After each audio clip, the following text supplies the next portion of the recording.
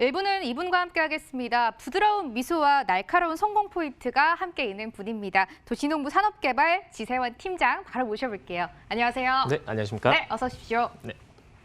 여러분의 부동산 고민은 저희가 모두 책임지고 있습니다. 전화 02-2077-6358번, 문자 013-3366-8290번 통해서 여러분들이 어디에 투자해야 하는지 또 궁금하시거나 지금 보유한 곳 매도 타이밍이 궁금하다 아니면 지세원 팀장과 개별 상담이 필요하다라고 하시면 언제든지 무료로 접수해 주시기 바랍니다. 저희가 한 분 한 분 모두 다 방송 끝나고 개별 상담 도와드리도록 하겠습니다.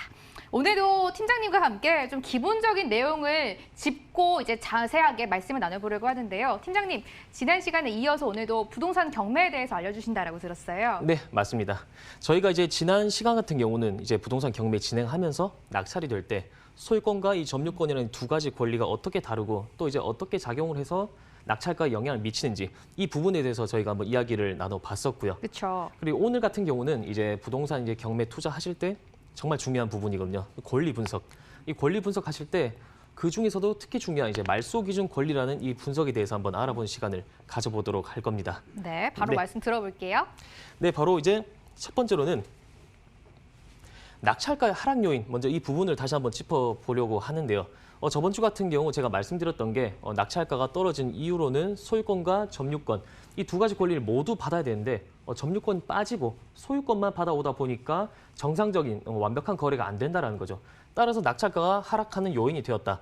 이렇게 이제 제가 말씀을 드렸었는데요.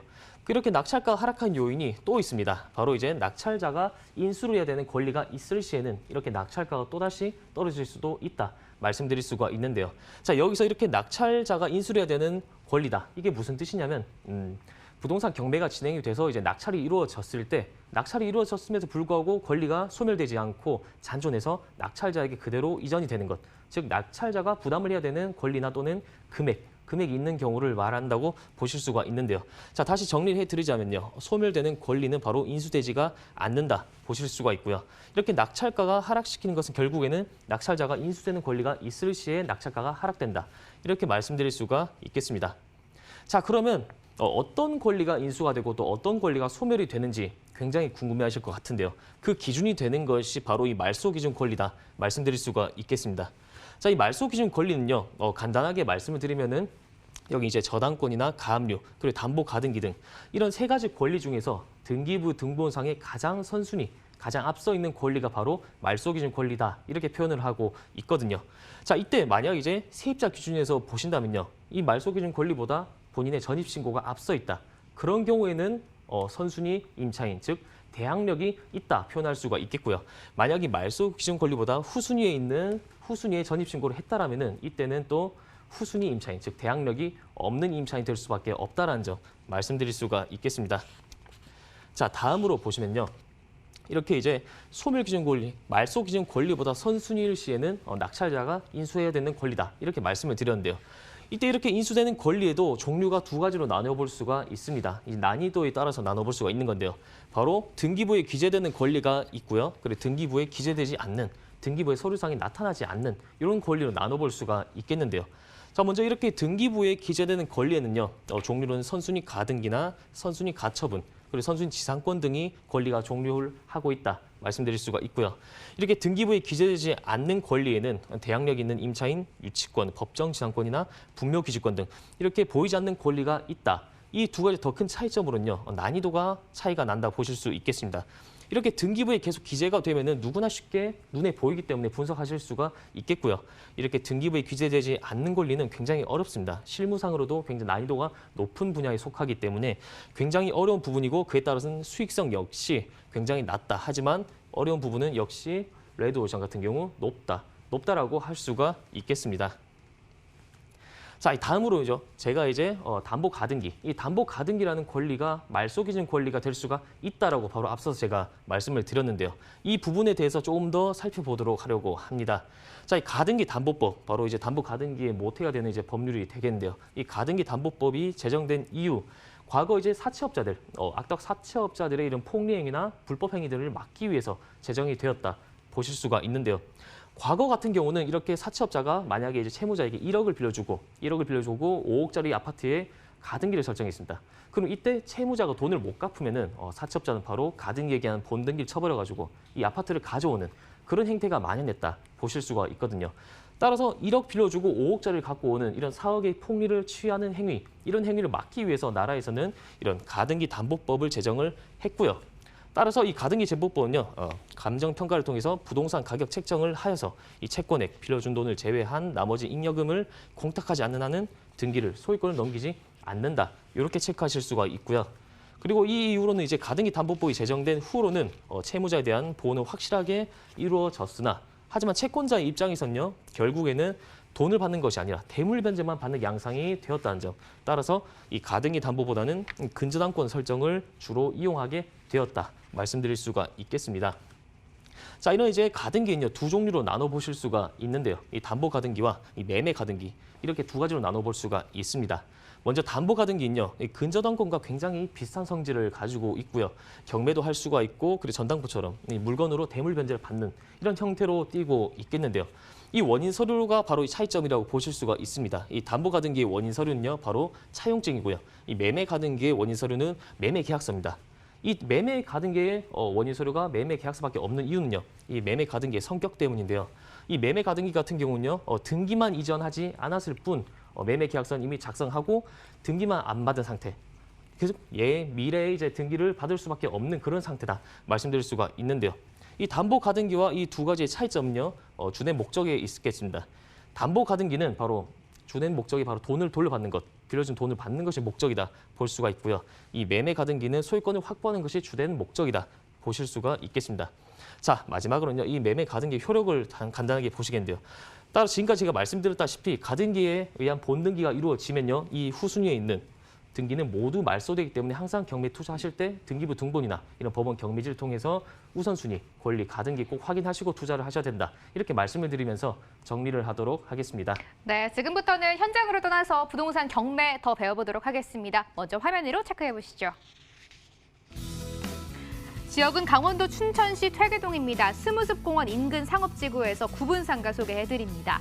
2018년 기준 감정가는 34억 6,900만 원에 형성돼 있고요. 지금부터 매매 금액 26억에 투자할 수 있는 상가 소개해드리겠습니다. 예상 실투자금은 4억에서 5억 원 정도 전망되고 있습니다.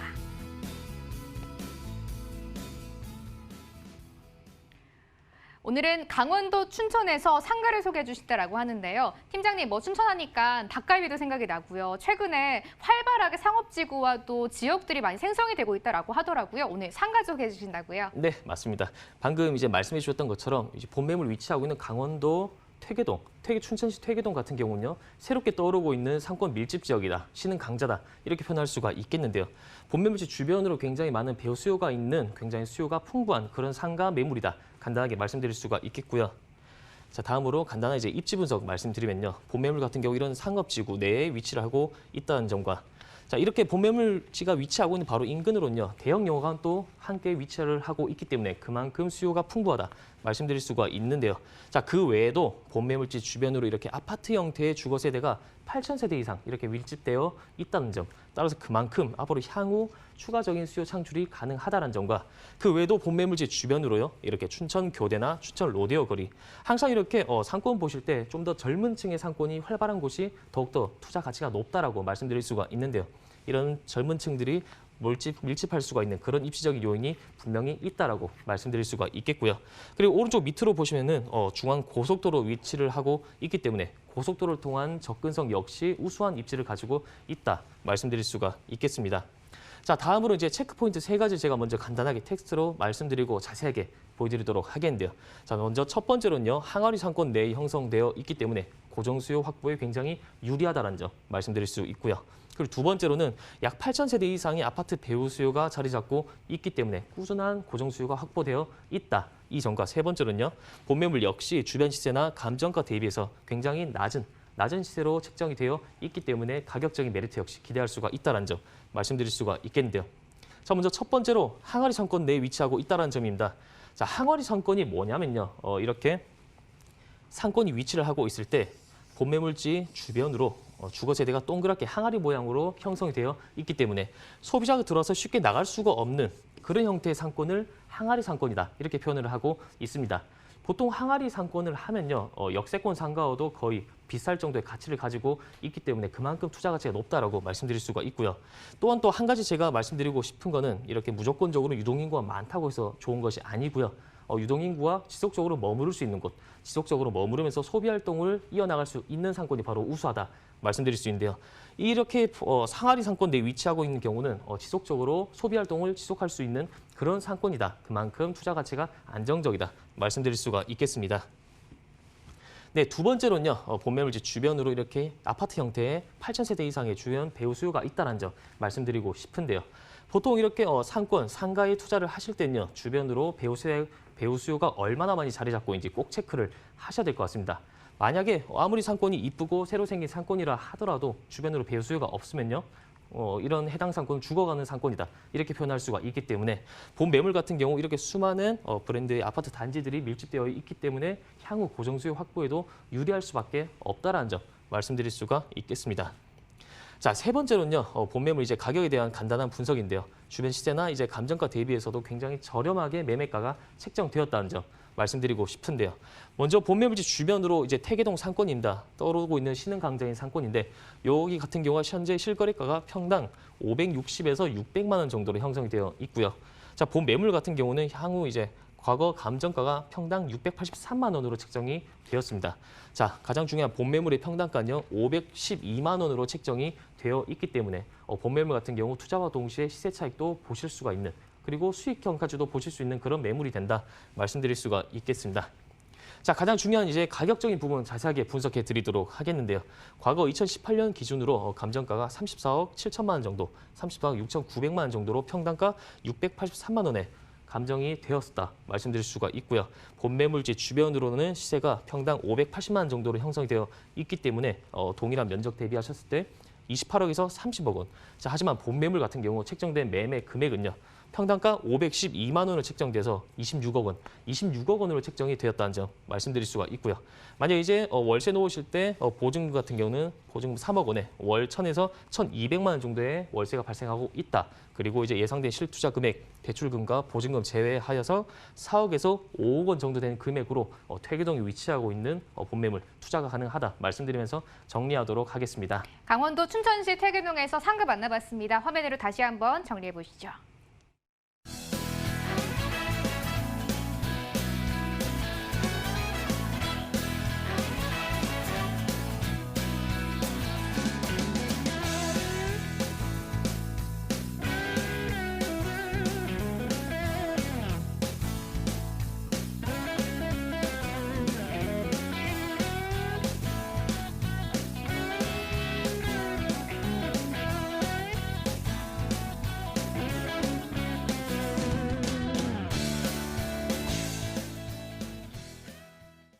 핫한 곳 한 곳 더 소개해 드리도록 하겠습니다. 어떤 곳인지 역시 화면으로 먼저 체크해 보시죠.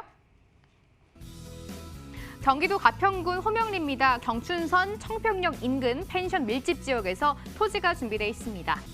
감정가는 2017년 기준이고요. 현재 12억 4천만 원에 형성되어 있습니다. 이 지역의 토지 시세는 12억에서 14억 정도 잡혀 있고요. 지금부터 매매 금액 10억으로 투자할 수 있는 경기도 가평군 호명리 토지를 소개해 드리겠습니다. 실투자금은 대출을 7억 4천만 원 정도 예상하면 2억 6천만 원에서 3억 원 전망되고 있습니다.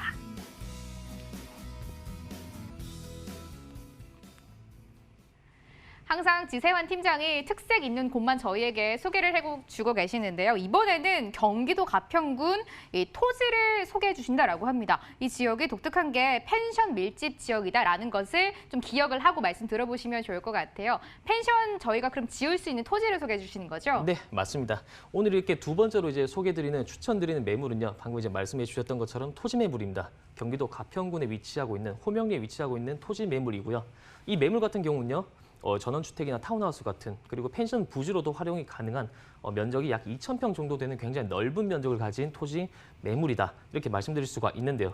자, 특히 토지 같은 경우는요. 투자 대상 중에서 가장 안정성이 높은 공시지가는 꾸준히 상승할 수밖에 없기 때문에 가장 안정성이 높은 리스크가 낮은 투자 대상이다. 먼저 이렇게 간단하게 말씀드릴 수가 있겠습니다. 자, 간단한 이제 입지 여건은요. 펜션 밀집 지역 내 이렇게 청평역 인근으로 위치를 하고 있고요. 이 청평역과는요, 도보간이 이제 자동차 기준입니다. 보통 이제 펜션으로 놀러 오시는 이제 고객분들, 이런 손님분들이 차를 끌고 오거나 아니면 청평역으로 와서 이제 킵업을 해서 가는 경우가 있기 때문에 보통 이렇게 펜션 밀집 지역 내에 위치하고 있는 토지 매물이다 말씀드릴 수가 있고요. 그리고 본 매물지 주변으로는 뿌띠프랑스나 호명산이나 청평호수 등과 같은 관광시설들, 관광 자원들이 굉장히 많이 밀집하고 있습니다. 따라서 이런 이제 관광 수요까지도 굉장히 높은 밝은 그런 전망이 있다 말씀드릴 수가 있고요. 그리고 본 매물지 같은 경우 과거 이제 향후 이제 전원주택 단지로 개발이 될 시에 또 장점이 뭐냐면요. 양양 고속도로도 인접하고 있기 때문에 향후 이제 수도권과의 접근성도 우수한 그런 이제 매물이다. 입지가 장점이 있다 말씀드릴 수가 있겠습니다. 자, 먼저 본 매물 체크 포인트 3가지 간단하게 먼저 짚어드리도록 하겠는데요. 첫 번째로는요, 연간 370만 명 이상이 방문을 하는 대표적인 관광지역 내에 소재하고 있다는 점 말씀드릴 수가 있고요.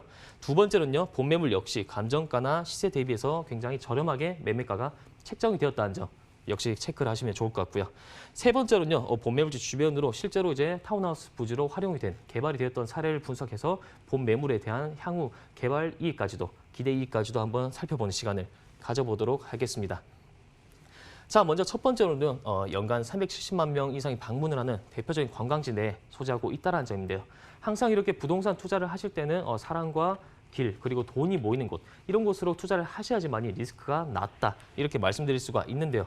자, 본 매물지 같은 경우도 마찬가지로 보시면 될 것 같습니다. 본 매물지 주변 호명산이나 뿌띠프랑스, 청평유원지, 청평호수 등 굉장히 수많은 이런 이제 관광 자원 시설들이 위치를 하고 있기 때문에 그만큼 향후 관광 수요가 발산할 수밖에 계속 개발될 수밖에 없겠고요. 따라서 본 매물지 주변으로 이제 개발 가치 이익이나 개발 압력, 지가 상승 압력까지도 충분히 기대하실 수가 있다는 점 말씀드릴 수가 있겠습니다. 자, 두 번째로는요, 본 매물 역시 감정가나 시세 대비해서 낮은 매매 가격이 책정되었다는 점 굉장히 강점이다 말씀드릴 수가 있겠는데요. 자, 본 매물 주변으로 평당가를 한번 보시면요, 60에서 70만 원 정도 가평군 호명리에 실제 이제 거래가 되고 있는 금액대 말씀드릴 수가 있겠는데요. 본 매물 같은 경우 감정가는 평당 62만 원으로 감정이 되었고요. 그리고 공시지가 같은 경우는 평당 56만 원으로 책정이 되었습니다. 자, 하지만 본 매물 같은 경우는요, 평당 50만 원으로 현재 매매가가 책정이 되어 있기 때문에 그만큼 가격적인 메리트, 투자와 동시에 차익을 확보할 수 있는 그런 메리트가 있다 말씀드릴 수가 있겠습니다. 자, 세 번째로는요, 본 매물지 주변으로 이제 전원주택 단지, 타운하우스 단지로 실제로 개발된 사례를 한번 살펴보도록 하겠는데요. 자, 먼저 본 매물 인근에는 이 사례 같은 경우는요, 개발 비용으로 24억, 부지 매입 비용과 건축비 모두 포함해서 24억이라는 총 비용이 들었고요. 그리고 주변 시세를 반영한 매각가가 32억의 매각이 이루어졌습니다. 따라서 이를 바탕으로 개발 이익이 6억에서 8억 원 정도의 개발 이익이 발생했다는 점 꼭 말씀드리고 싶은데요. 자, 본 매물 역시 해당 사례와 비슷한 이제 입지, 유사한 입지와 함께 비슷한 면적을 확보를 하고 있기 때문에 그만큼 비슷한 개발 이익 역시 6억에서 8억 정도 충분히 기대하실 수가 있다는 점 말씀드릴 수가 있겠습니다. 자, 가장 중요한 가격적인 부분입니다. 자, 먼저 본 매물 같은 경우는요, 감정가 과거 2017년 기준입니다. 12억 4천만 원으로 감정가가 평가가 되었고요. 평당가로 보시면요, 평당 62만 원에 감정이 되었습니다. 그리고 본 매물 주변 시세로 한번 보시면요, 평당가가 60만 원에서 70만 원 이렇게 형성이 되어 있기 때문에 동일한 면적 대비하셨을 때 약 12억에서 14억 원의 지적 시세가 형성이 되어 있다. 자, 가장 중요한 본 매물 매매가요, 바로 10억 원입니다. 감정가의 80% 수준이기 때문에 굉장히 낮은 시세다 말씀드릴 수가 있는데요.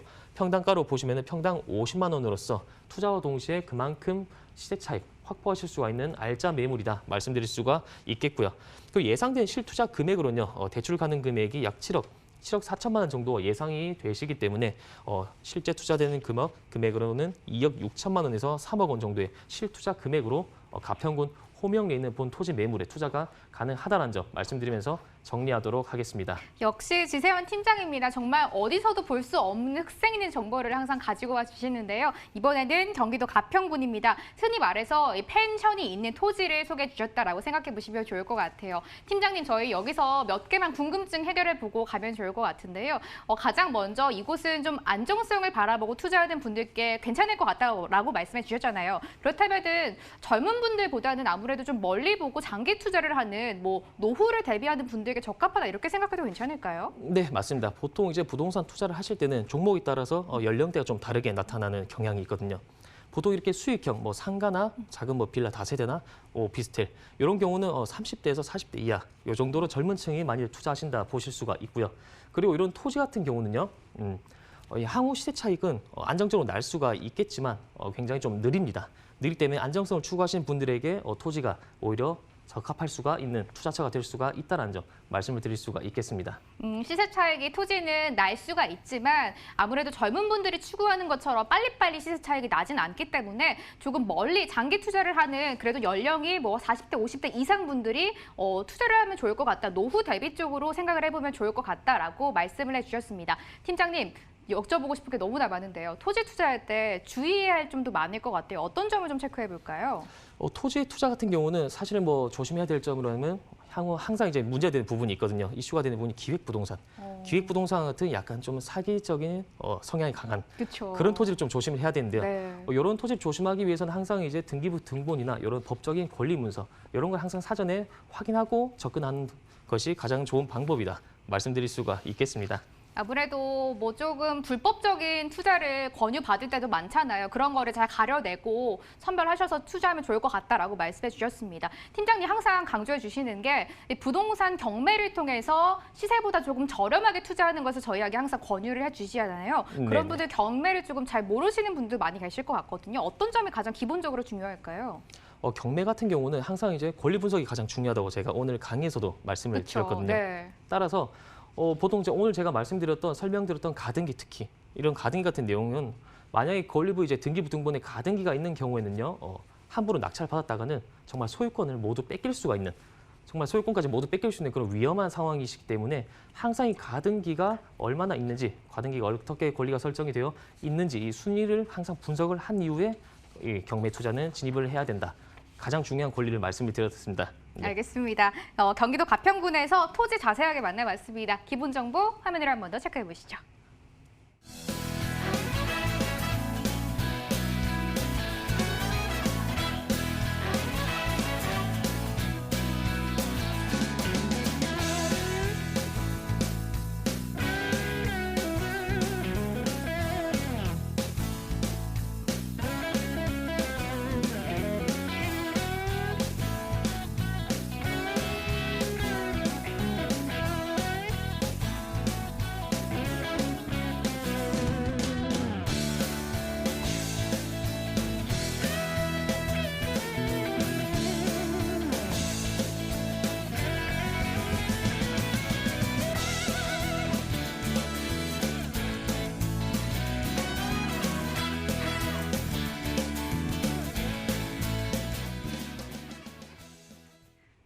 부동산 경매라는 게 또 저희가 좀 생소한 분들도 많으실다 보니까 저희가 기본적인 개념을 조금만 더 짚어보도록 하겠습니다.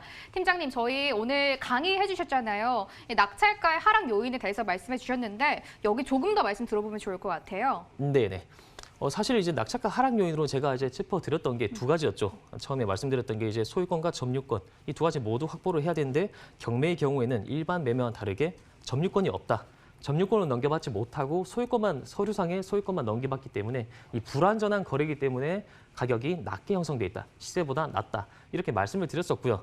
그 외의 이유가 제가 또 이렇게 강조를 드렸던 바로 낙찰자가 인수해야 되는 권리가 있을 시 그럴 경우에 또다시 더욱더 이제 낙찰가가 하락한다. 말씀을 드렸는데요. 항상 이제 낙찰자 같은 경우는 낙찰자가 이제 투자를 진입하기에 앞서서는 가장 조심하셔야 될 부분이 바로 이겁니다. 이제 낙찰자가 인수해야 되는 권리. 이런 권리는요, 제가 말씀드렸다시피 담보 가등기나 가압류나 뭐 이런 이제 저당권, 그저당권 등등의 권리가 있기 때문에 항상 그런 권리 미리 확인을 하셔야 된다. 말씀을 드리도록 하겠습니다. 팀장님 또 그 뒤에 말소와 관련된 것도 말씀해 주셨잖아요. 이런 거 저희가 어떻게 이해해 보면 좋을까요? 제가 아까 강의 드릴 때 한 가지 또 빼먹은 점이 있었던 것 같은데요. 네. 네. 보통 이렇게 말소 기준 권리를 보실 때 이것보다 선순위의 권리의 경우에는 인수가 되고 그리고 후순위다. 이럴 때는 소멸이 된다. 이렇게 항상 많은 분들이 알고 계신데요. 여기서 많은 분들이 또 헷갈리신 부분이 있습니다. 이 말소 기준 권리, 그렇다면 이것은 결국 인수가 되는지 안 되는지 요거를 많이들 궁금해 저도 하시거든요. 아까 여쭤보려고 했거든요. 네, 맞습니다. 그래서 보통 이제 권리보다 앞서면 인수가 되는데 깔끔하게 정리해 드리면요. 이렇게 소멸된다고 보시면 됩니다. 즉 말소 기준 권리도 이하로 표현할 수가 있겠는데요. 말소 기준 권리를 포함해서 이 후순위의 권리는 모두가 소멸된다. 그렇게 보실 수가 있겠습니다. 그러면 팀장님 저희가 일단 선순위 권리만 인수가 되는 거고 말소 기준 권리랑 후순위는 모두 소멸이 된다라고 이해를 해봐도 되는 건가요? 네네, 맞습니다. 알겠습니다. 물론 이때 이 네. 말소 기준 권리가 이제 되는 요건으로는 아까 제가 말씀드렸다시피 저당권이나 가압류, 담보 가등기 이렇게 세 가지로 가장 대표적으로 말씀드릴 수 있는데요. 이때 가끔 개별적인 경우 케이스에 따라서 또 말소 기준 권리가 될 수 있는 권리가 하나 더 있습니다. 어떤 건가요? 바로 전세권. 아, 전세권 같은 경우는 어떤 경우에 따라서 굉장히 좀 복잡한 권리에 따라서 말소 기준 권리가 될 수가 있다. 그 부분만 한 번 더 체크를 하시면 될 것 같습니다.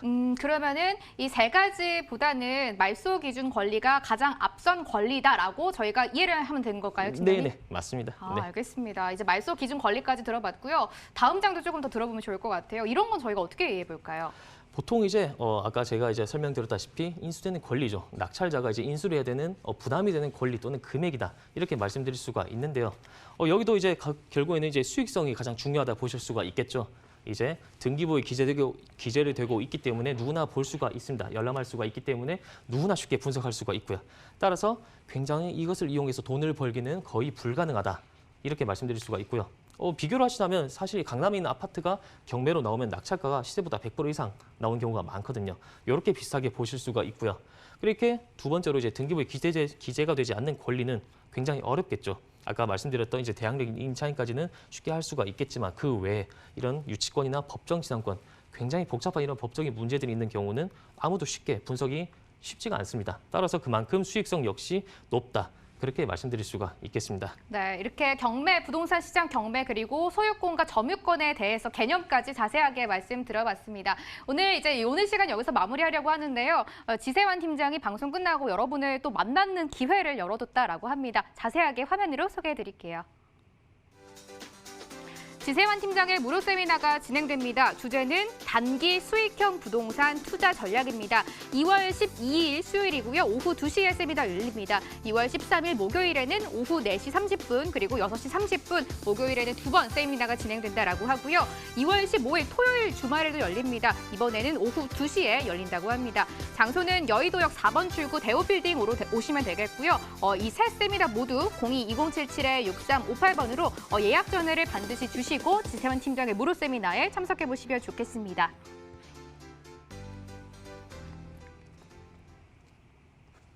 세미나 시간이 다양하게 준비되어 있다라고 하니까요. 반드시 무료 세미나 기회 활용해 보시면 좋을 것 같습니다. 오늘 시간은 여기서 마무리하도록 하겠습니다. 도시농부산업개발 지세환 팀장의 도움 말씀 들어봤고요. 저희도 여기서 같이 인사드리도록 하겠습니다. 시청해주신 여러분 고맙습니다.